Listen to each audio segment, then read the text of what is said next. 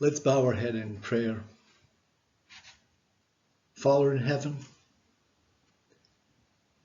we come before your throne of grace, Lord, to ask you to bless us, to give us calm, to give us rest,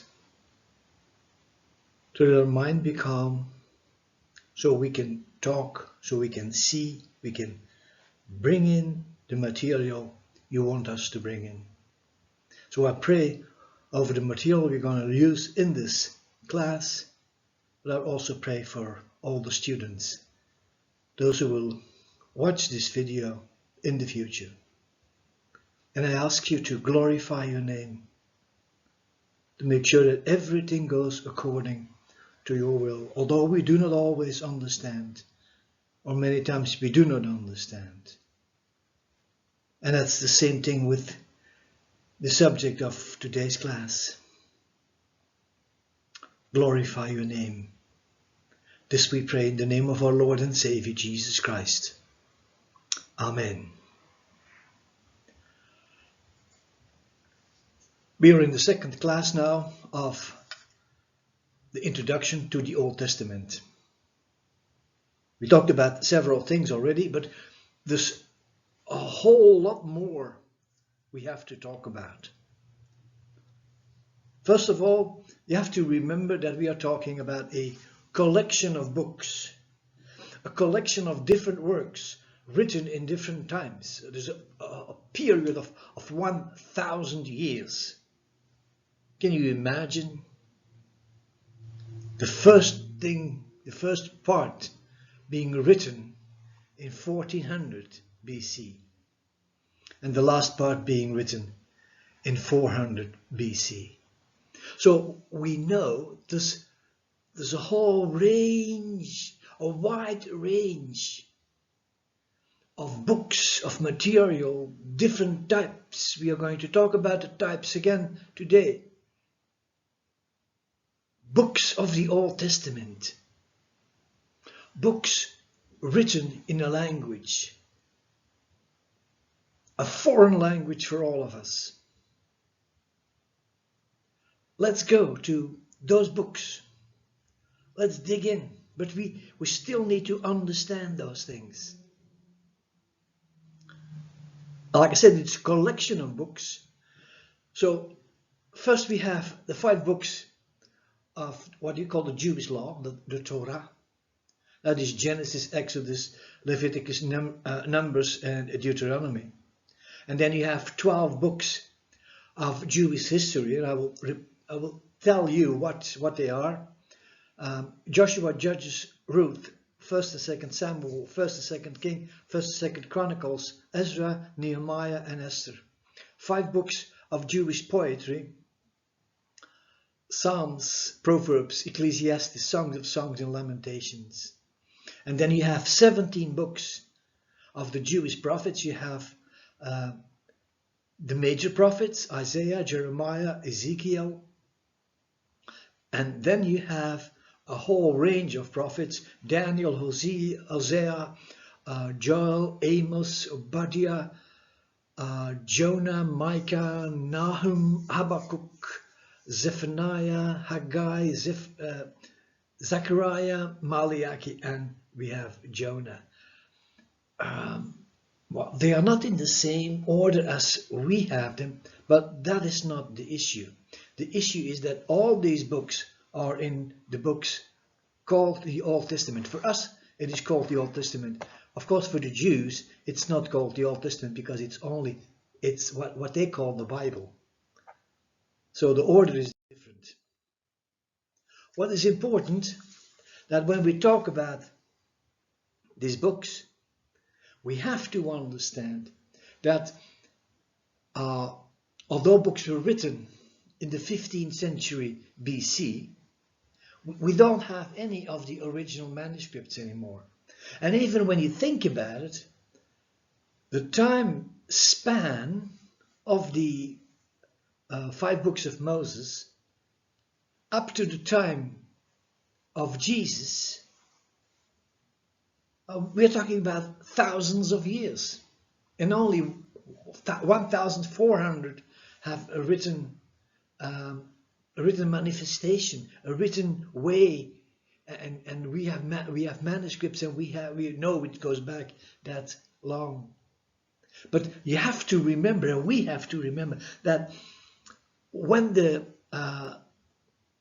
Jerusalem and the temple, when they were destroyed by the Romans in the year 70, a whole range of holy books were destroyed with it. And so maybe even the originals, think about it, that is done by the Romans. The Romans never took any responsibility. They never apologized for it.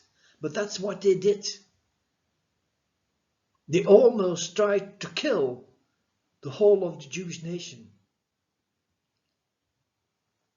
Why would they do a thing like that? Because they are driven, or they were driven by a satanic power. And that satanic power had its seat in Rome. And that satanic power is still in place even today. So the destruction of Jerusalem not only swept away the temple, not only swept away the city of Jerusalem, but they also killed thousands and thousands of people. They destroyed the nation as such, and so all of the people went away, went in the diaspora. And you know, the Jews were used to that because they already lived in many places all over the world, and they left a whole bunch of them lived in Rome in that time. So what do we have? What are the leftovers of the manuscripts? What do we have? Well, it's very difficult to say exactly what we have in a certain sense of the word. For example, is there a full Old Testament somewhere lying around as a manuscript? No. That is not available. We have material from books of the Old Testament. So all the books of the Old Testament, well, with the exception of Esther, we found that material in Qumran. They are known as the Dead Sea Scrolls. But before that, there was another material that was available to us, and it was from let me say, a sister religion. They were the Samaritans. The Samaritans had the Pentateuch. That is the 5 books of Moses. Of course, the problem we face today is we don't have the originals anymore. The problem the Samaritans had, they had their own temple. Do you know who destroyed the temple? The Jews. So the Jews took it up then to destroy a temple of God on the Mount Gerizim. They thought that it was necessary. The Romans did the same thing with their temple, the Jewish temple in Jerusalem. Everything was built up, and then you had the Crusades. And what did they do? Well, they rumbled the whole of Jerusalem again, killing thousands of inhabitants. But that's 1,000 years later. But that's around the same time as we find the first Samaritan Pentateuch. So the only one we have is, let us say, quite young. It's only 1,100 years old we know of. That is the Samaritan Pentateuch. We know that Samaritans and Jews, they were not really friends with each other. They were actually more or less, friendly enemies. But there was a difference between the two religions. Let me say it this way. There were political, there were doctrinal, and there were differences in origin in manuscripts. So we have a whole range of differences. and they disagree with each other. But there's just something strange there. The Samaritan Pentateuch, although it was much older than, for example, the translation of the 70, the Septuagint, but for one reason or the other, the Septuagint and the Samaritan Pentateuch we have, or the manuscript we have, seemingly are coming from the same source. So there is something, let us say, behind the scenes we don't know. We know of because we can compare them. That is important for us. But the differences we find, because there are always differences with the Samaritan Pentateuch and the, let's say, Jerusalem Pentateuch,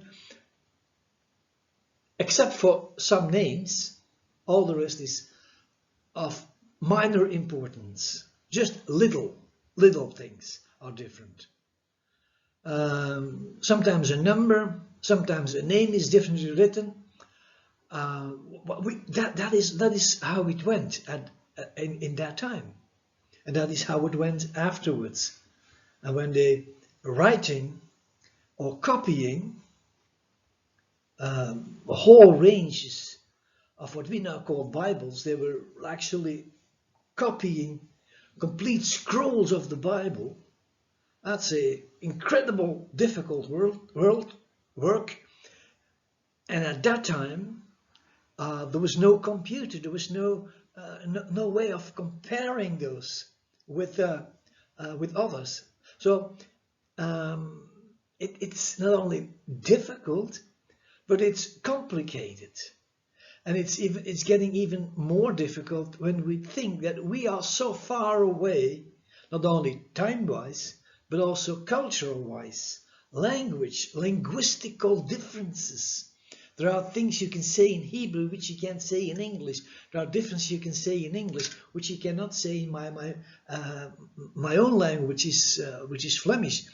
And there are things you can say in Tamil which you cannot say in Hebrew, or vice versa. You know, it goes both ways all the time. So we know there are differences. That's absolute. Okay, let's look at the next thing. The Dead Sea Scrolls. We can talk about it and talk about it for a long time, because those are the most incredible archaeological finding, biblical archaeological finding. You can almost say since the apostles lived. When I say this, actually I'm saying that the material we find around the Dead Sea, that actually predates Jesus Christ, that predates the church.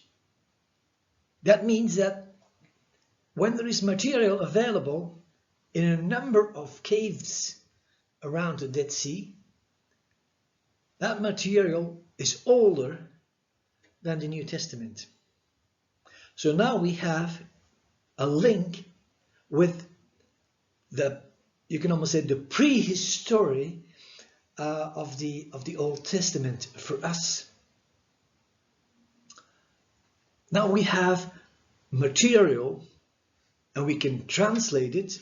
And by the way, for example, the scroll you see here is the scroll of the book of Isaiah. We have two different Isaiah scrolls. Well, no, we have two copies, two totally different copies. One strange thing is that Isaiah is written by the prophet Isaiah, and the first 39 chapters are written in one way, and then you have kind of a break, and then from chapter 40 to 66 you have another style. And so people say, oh, there are two Isaiahs. No, there are not two Isaiahs, there's only one Isaiah, but he wrote over a long period of time. And so he wrote part of it before, and then afterwards he did and wrote the end part, the 27, what we call 27 chapters. We will talk about how the chapters came into existence. So what do we have? We have fragments in the Dead Sea Scrolls. We have fragments of every Old Testament book except for the book of Esther. We have a complete scroll of Isaiah and another which approximately is half being lost, and you will see that some parts are burned, some parts are taken away. They were hidden in a type of container, and they were stored in caves, and you had to have a type of rope ladder to come to those caves. So those caves were untouched for 1900, almost 1900 years, until someone noticed something with the caves, and they went in and they found a whole range of materials. But you have to understand, I think there are something like 12,000 of caves in that area. So we may find new material from now on, because there are still a whole range of caves that are not being examined. And in those caves you have the older text, but you also have younger text from the 1st century. We even have a text which is most probably the text we talked about before. That is the text of the book of Mark. How come those two are linked to each other? Well, very simple. They were in the same area. If you travel to Jerusalem today, it takes you what 2 hours drive from Jerusalem to the Dead Sea. So, I mean, we are not talking about thousands of kilometers away from each other. We are talking about, you can actually, if you want to, you can walk that way. So some of the material that was saved in 70, before the Romans burned down the temple, some of the material was saved, brought to the Dead Sea, and it was hidden there in some of the caves. But also the people who lived there, in Masada, for example, we have a whole range of materials, and of course you have the caves there too, and so on and so on. So it all works together. And when those materials are found, they were found starting in 1947, and then of course everyone wanted to go to, well, 12,000 caves. If you have 12,000 teams and you go for, everyone goes for one cave, you would have a whole range of new materials. We know that for sure. And even later on, from 47 on, later on, we found material, fragments, parts, scrolls, hidden in the containers that were there at that time. Some of the containers were broken. Some of the material was stolen, some of the material went away, we don't know where it is. We would like to have it, but we don't.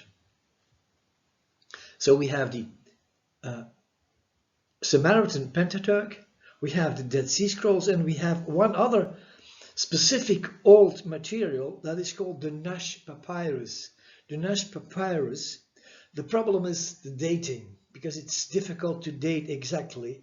We have what we call the Nash Papyrus, but it's actually a number of excerpts from the Law of Moses, Exodus 20, that is the Ten Commandments, and Deuteronomy 6, that is the priestly blessing. And of course that is interesting to us, so we know how things were translated, how things were done in that way, and we can compare it with the Dead Sea Scrolls, we can compare it with the Samaritan Pentateuch. After the destruction of the temple in around the year 100 AD, it's not completely exact the 100, but it's around that time. Some Jewish people came together. They were actually quite anxious because they lost so much material, and they sat down and talked to each other about it and said, we need to have a kind of a rule, we call it a canon of materials that are accepted in the Jewish religion. Before that, it was quite easy. Let me say it this way. It was quite easy. When a prophet spoke and his predictions came through, when he wrote down the material and he brought it to the temple, the high priest could decide whether it's part of the Bible or not. So they kept the materials coming. And so that's how they build up over a period of 1,000 years of the materials. But after the destruction of the temple, you had a problem because a lot of material was gone. And so you had to find out. And so that is how they came. And the place is called Jamnia. So they gathered together, making sure that everyone accepted the same books, the same material. It's complicated in the sense that, for example, you had a whole range of scrolls, and we call them according to the one who was writing them. But that's not how the Jews did things. You know, they just compiled all these materials together around the time of Jamnia to find out what do we have and what do we accept as the Word of God. And so they came with the material we mentioned in the beginning. So that is what we have in Jamnia at the end of the 1st century. Of course, the materials they had at that time was limited. A whole bunch of the materials were destroyed by the Romans in the temple, in the different synagogues, because there were, according to estimation, there were something like 400 synagogues, and every synagogue has its own scrolls. So the temple being destroyed was a disaster, but the city being destroyed was also a disaster. So you had a disaster after a disaster. But some of the materials were safeguarded. They fled away with materials to the Dead Sea. They hid materials, and so in Jamnia they came back together.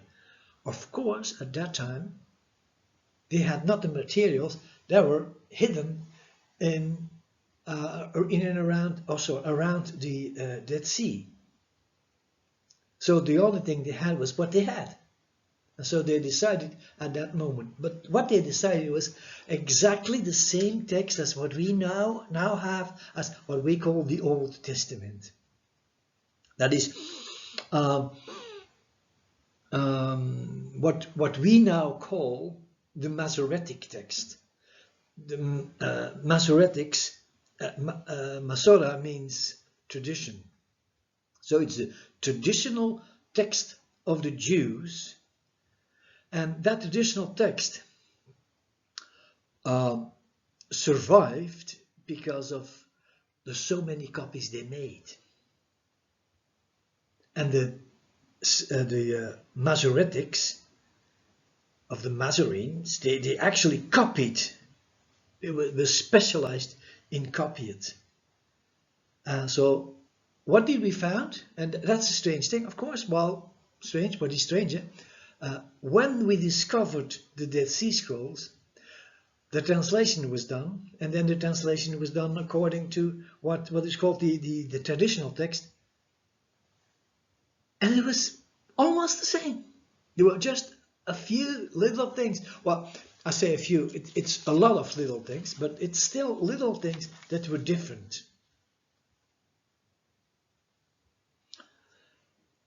So we are talking about, when we talk about the Masoret, we're talking about around the year 1000. But in between the destruction of Jerusalem and the Masoretic text, you had a whole range of texts being gathered, being copied, being rewritten, not only by the Jews, but also by the Christians.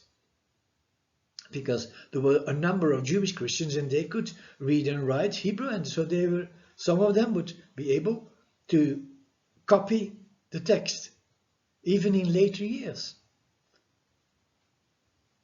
But there was also a whole range of translations made. Local translations, but very well-known translations, like the Latin translation of the Bible, the Vulgate.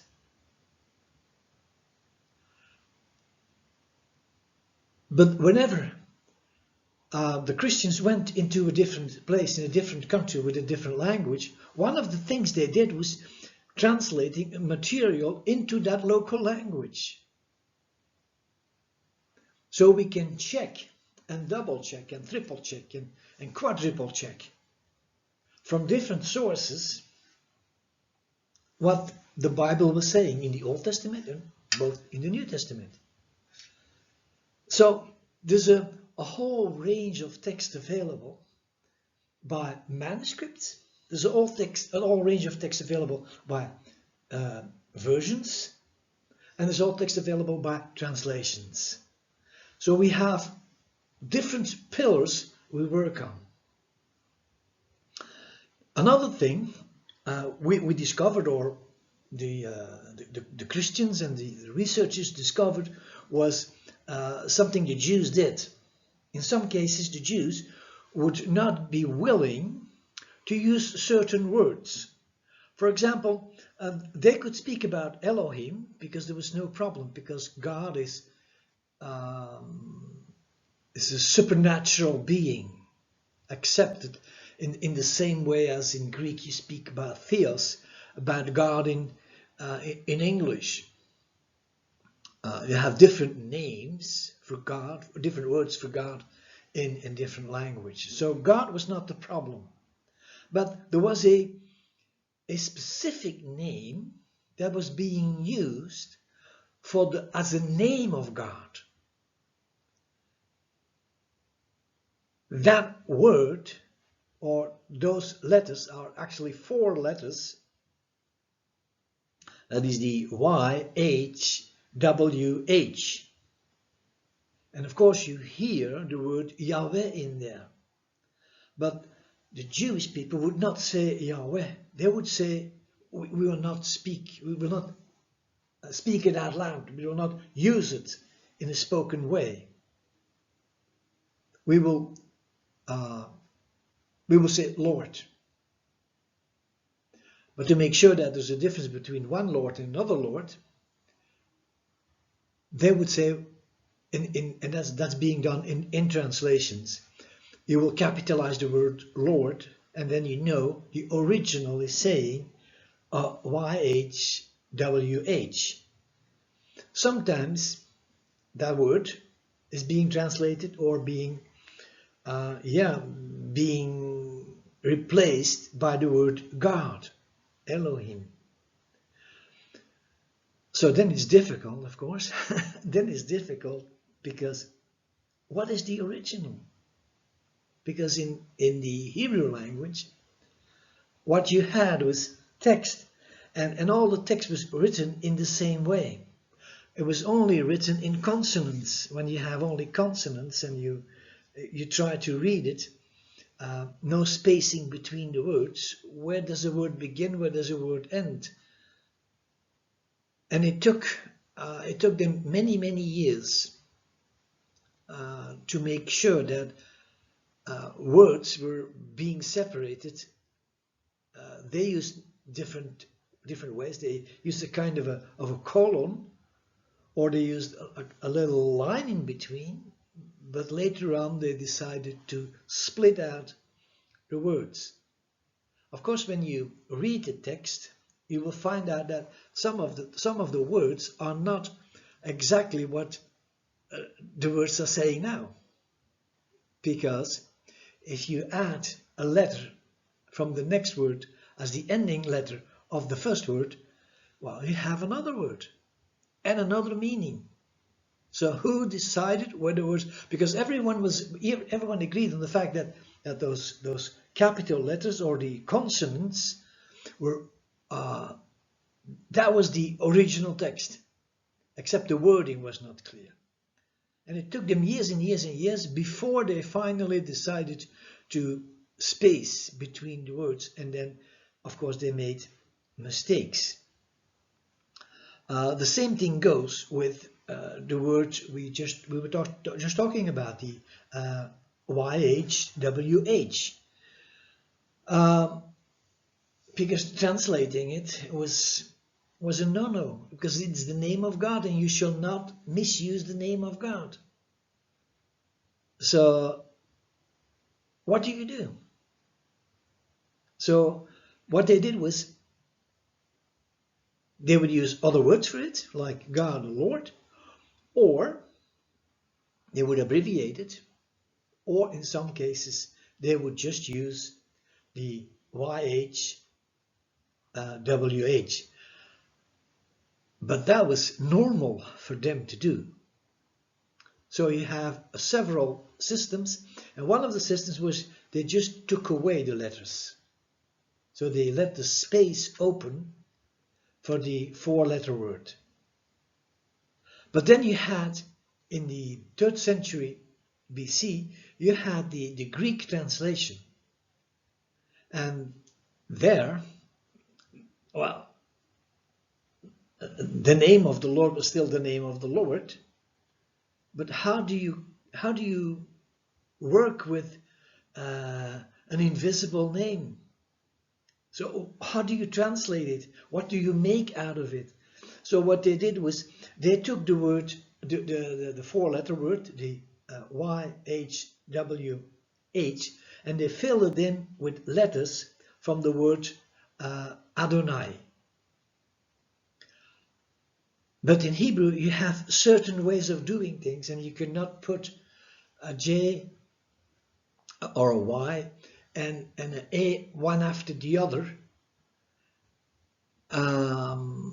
except you were making a mistake in a certain sense. So they put an E there. But they knew it was not the E. So they knew, and they were still doing it. So they did on purpose, they would change the name of God. And so later on in translations, a lot of these YHWH were translated in different words, in different wordings. You had Yahuwah, and you had Jape and Jave, GH, BYH, or Yahweh, or I mean, that is when you have other languages, you can find out how they translate it. So you had the Greek text, but you also had other texts that were translated. For example, the Aramaic letters were different from the Hebrew letters. So you could, again, you bring material together to find out what was really said. So, like the system they used was the replacing of the putting in between the vowels of the word of Adonai, but then replacing the A by the E as required by the phonetic laws of the Hebrew language. Again, you could do the same thing with Elohim and use the vowels of Elohim into the word of the four-letter word. But in general, what they did was just omitting all those things, and they just put the word Lord in that. That is Adonai, but the word Lord or Sir in Hebrew today, in Ivrit, is Adon. So when you are presented to someone else by someone else, and he wants to be fair to you, he would say, "This is Adon Bruno." So then they know my name and know I am a male. I'm not a female. So Adon Bruno.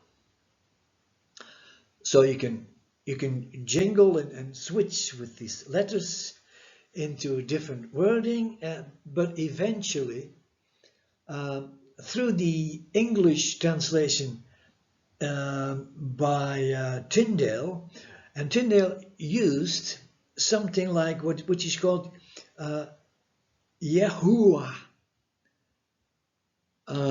written in a different way, but that was done in the 16th century. So we are talking about much later on. And from that day on, the word Jehovah came into the knowledge of the people. And some of the translations even went as far as writing the name of God as such in there. We all know that is an incorrect use, but it's customary. We know Yahweh is much closer to the original, but it has its problems with the phonetic laws in Hebrew. And that was no problem for the Jews because they just plainly refused to use the word. There are one or two exceptions. For example, in the priestly blessing, you will find the word. Another word they would use is the word Shem, which means name. So they would say the name of, and then they meant Yahweh. So possibilities enough, but confusion enough, because when we talk about it, we will see, and you can take notes. But that took hundreds of years to develop. And the final development is actually done in the last part of what we now know. So here you have the Masoret text as it is written before, and then you see what was missing, and so that is what is being given here. So what we have is we have a whole range of materials, like the Masoret text. We have a number of times the word, the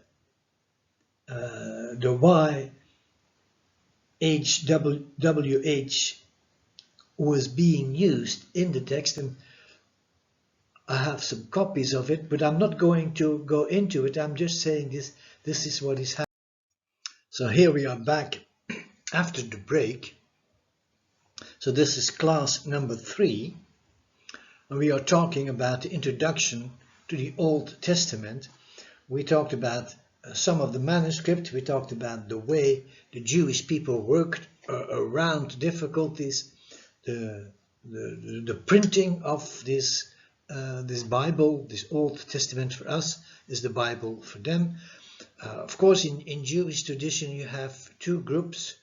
One group says that the Torah is the real Bible, and the rest is kind of apocryph. And then you have the more traditional Jews. They would say it's what you call the Old Testament is for us the Bible.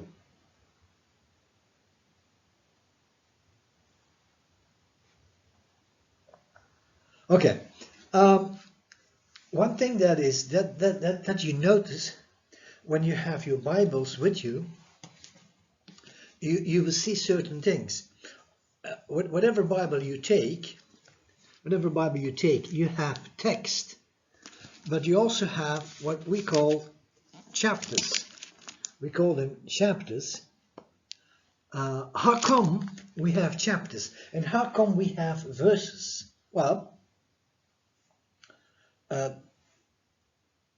can almost say the chapters never existed in the past. The chapters were not there.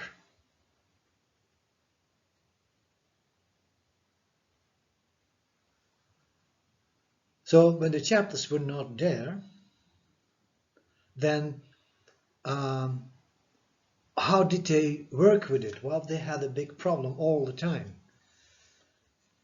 So one day, someone came up with the idea.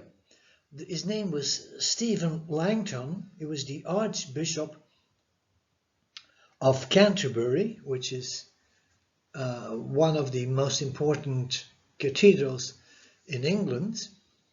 And he was the Archbishop. And he found, we don't know when exactly he found it. It was a teacher, professor of theology before. Maybe he did it during that time. We don't know exactly. What we know is that he did certain things according to what we know of him. And what we know is that he worked his way through and cutting the text into more or less things together. Let me say it this way. The word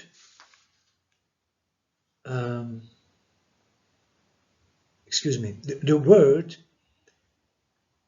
chapter is some specific word, and we will look at it again because we need to go to the next slide. So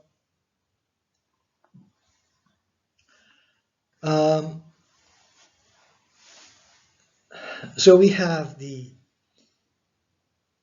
in the 13th century we had Stephen Langton, Archbishop of Canterbury, cutting the texts of the books into chapters,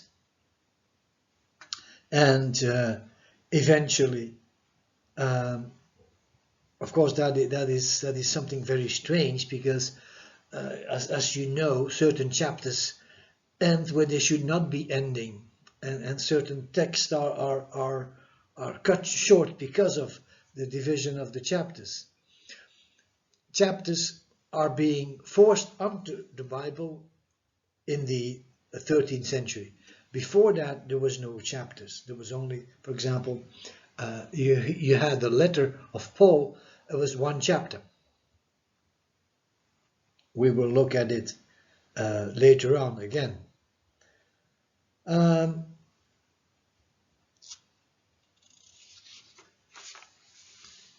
Let me see. Yeah. So we have a number of translations. We have a number of manuscripts. We have a number of versions. But the number of versions, they start growing. Why am I saying this? Well, in my library, I have something like 25 different versions of the Bible. Not that I read them all day. Of course, I'm using certain versions, but I'm not using all the time a different version, or that would be a strange thing to do for me. But versions came into existence. One of the versions that came into existence for the English language is the Wycliffe Bible. Wycliffe was a Roman Catholic priest who found out for himself that the Bible was the final authority, not the church was the final authority, and so he started preaching this newly found gospel. And the other thing he did was translating the Bible into English.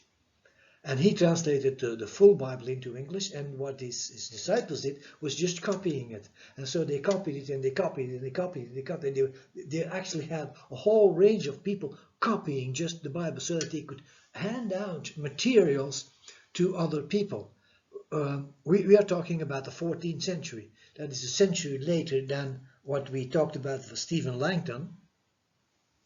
And in the 15th century, it was declared illegal because the church was not amused by the fact that so many people now had the Bible and they had their own interpretation. They said that that's not possible. You cannot have your own interpretation. You cannot have the Bible in your own language. You need to have the Bible in Latin because that's the real one. I mean, that's what they told them. And many people believed it, but the Wycliffe and the Wycliffites, they said no way. Actually, they were called the Lollards. They went around preaching the gospel and using this English Bible. So what do we have is, over time, things were changed. Materials were adapted and changed again and again. So you had a whole range of copies of the Bibles. You had a whole range of copies of the original, the Hebrew, the Greek, the Latin ones. You had different versions, and you had different translations. And especially in the Eastern Church, every language had his own Bible. There was a big difference between the Roman Catholic Church and the Eastern Orthodox Church. The Eastern Orthodox Church, they didn't want the idea of one language that was Latin, and they allowed everyone to have their own Bibles. And so that is how we found out that was extremely important to them. And for the Roman Catholic, it was just the opposite. So version after version after version after version after version. For example, a very old version is the Syriac version. It's called the Peshitta, which actually means the simple one to read, the simple one to understand. And that was the great advantage. The translation may not have been as good as possible, but you had some good material. So you had a whole range of stories. That Syriac version came, and that's the strange thing, it came from a Bible in different languages. And the different languages were next to each other. So you had block next to block, and always you had a different language. So, and one of the languages was the Syriac translation, and that was being used before and after. The Syriac translation was so included in the material of the man called Origen, who was the one who brought the text of the Septuagint, as it is found in the 5th column of the Hexaplar Bible. That's how you call the Hexaplar. It's a language so slavishly imitate the Greek that we can go back to the Greek and understand the Greek even better, where it was Syriac. It was good, and it gives us a good idea about what happened. The Greek translation itself had a strange thing.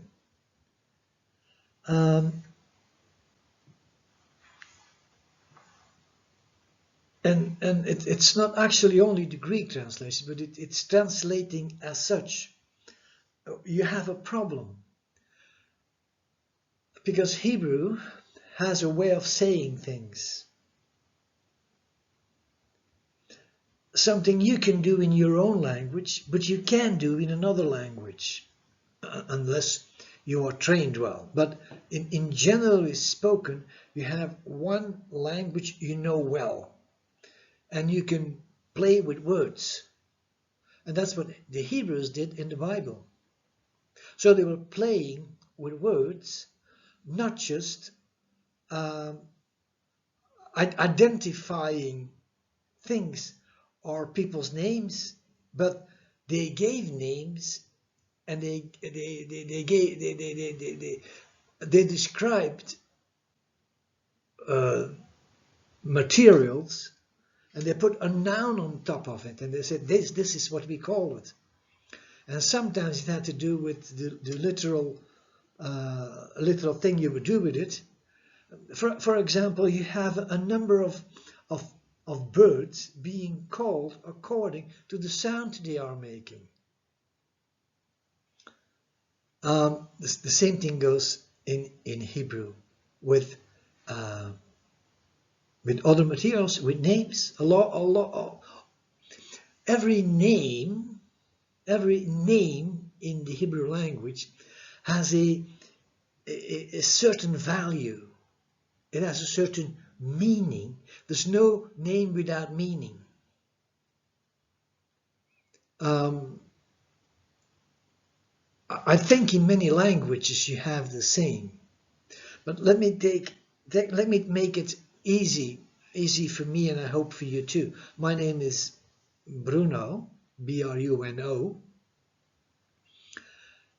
That means literally the brown one. But as you see, that is not exactly how I look like. I have a pale pink beige skin color, but not brown. So I remember when I went to Africa, that I was talking to people there, and I said, we call you brown people, but because you're not black. Your hair is black, but the skin is brown. But your skin is brown, that's on the outside. I'm Bruna completely. So my name gave kind of a prophetic word for what I was supposed to be doing in the future. So that's why I work a lot among people who have a brown skin and black hair. Of course, I worked also among the white people. But whenever I see one, when I see an opportunity to use that, I'm using it. That's because of my name. So my name has a value to me. It actually symbolically speaks about the brave brown warrior. Well, I'm not really a warrior, but that's what we have. Okay, let's look at it further on. So, oh yeah, we talked about Gutenberg, the inventor of the printing press. Well, he's not the inventor of the printing press. He's just the one who used the printing press. The printing press was probably invented in China more than 1,000 years before Gutenberg, but they were not printing in the same way. So the printing press was revived by Gutenberg, and he invented a type of movable type of letters, and he worked on the alloy. He was the first one to print a Bible in a sense with that system, because there was also block printing before. So someone was cutting the whole text of a whole page out of a block of wood, and then that was used for printing. but you can only print up to 200 copies, and then the block was being used, and it was not good enough to print anymore. So you have to redo it. And of course, when you have 1,000 pages, you have to have 1,000 blocks. You worked on a block for several days, up to weeks. With the movable type system, you could actually typeset a text of one page in a few hours. So you were gaining a lot of time, and you could print thousands of copies. Okay. So that's by the way interesting, the first English Bible, whole English Bible, was produced by Miles Coverdale in 1535. Seemingly it was a translation from the Latin Vulgate, and the link up is there with the German text and with some Greek that came into being through the work of Erasmus. We're going to look at it.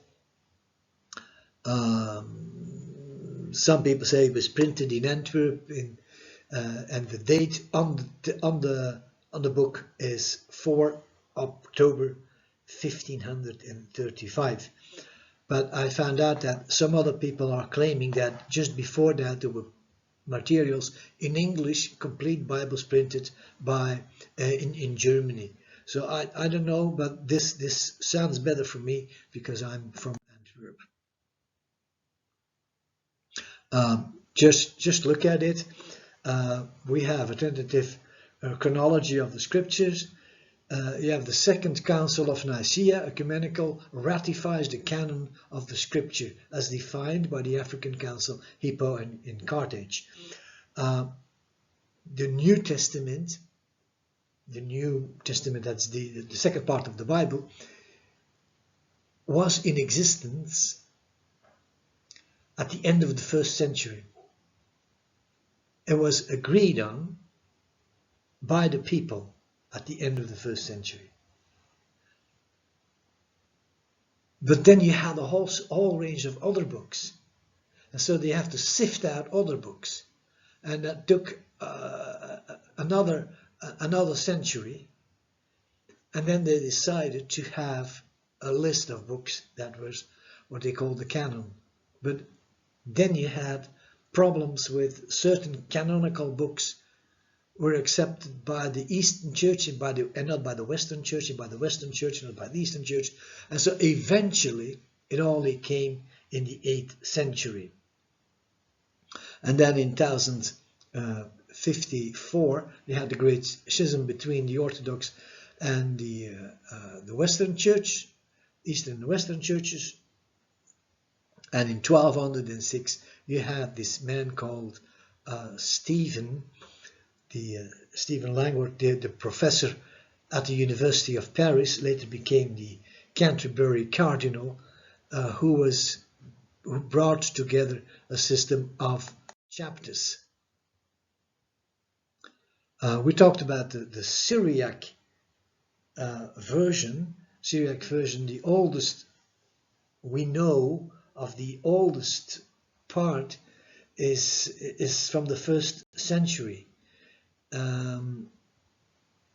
I cannot read it, and it gives the lineage there. It's the British Library Board ad, and then a number 14425F3. That gives you the exact copy of what we have here.